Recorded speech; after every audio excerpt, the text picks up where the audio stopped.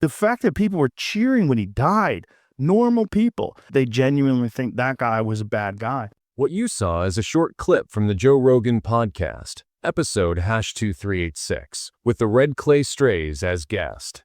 And honestly, it's one of those conversations that hits you harder than you expect. They're not talking about music here. It turns into something way deeper.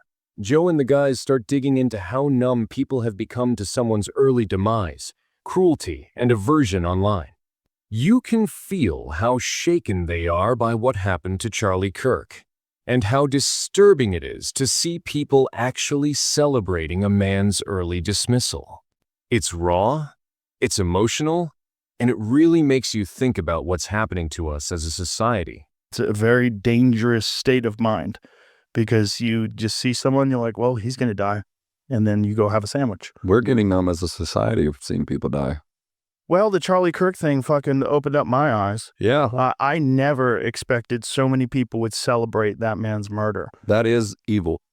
That's bizarre. It's just bizarre. Like normal people that I think they're good people. And they genuinely think that guy was a bad guy.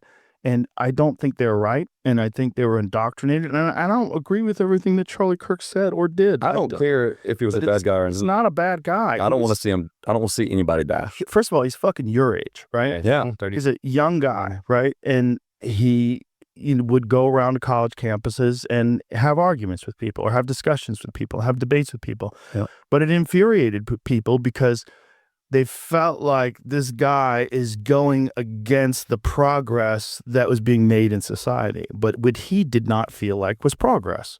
Now this part about people celebrating someone's early demise, man, that's chillin'. Doesn't matter who it is. When people are cheering because someone got killed, that's a moral red flag. It's not justice. It's bloodlust disguised as righteousness. Charlie Kirk's politics are controversial, sure, but that doesn't justify such an aversion. What's crazy is how normalized online hatred has become. People forget there's a real person behind those tweets or videos. The internet turns every disagreement into a war. And when someone dies, it's like half the crowd treats it as a victory in their team's scoreboard. That's messed up, man. It shows how tribal we've gotten.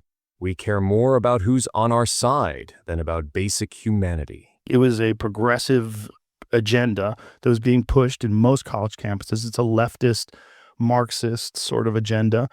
He didn't feel like that was the correct way to live, and he felt like he had arguments against it, and he wanted, and it was, it's a business too, right? Like he developed this big social media platform because of it, and I don't, like I said, I don't agree. I don't think some of the things he said, he should have said. But the fact that people were cheering when he died, normal people, housewives, moms, like fucking people working at banks, people working at various industries, celebrating a man getting shot in front of his kids and in front of the whole world. That's evil. What the fuck is wrong with us? Yeah, that's evil.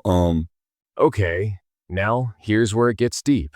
The talk shifts toward the whole college campus angle, debates, progress, ideology.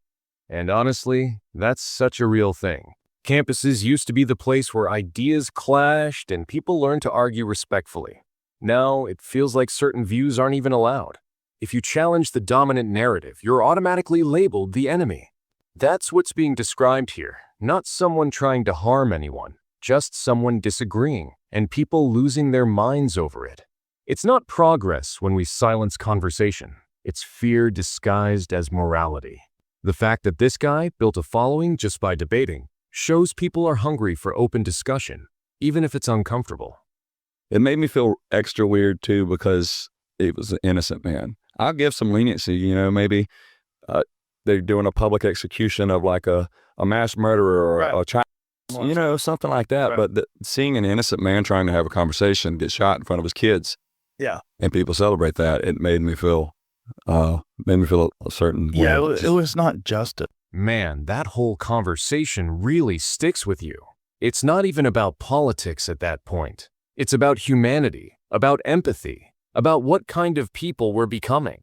You can tell Joe and the guys weren't trying to make some big statement. They were just genuinely disturbed that people could celebrate another person's tragic end like it's entertainment.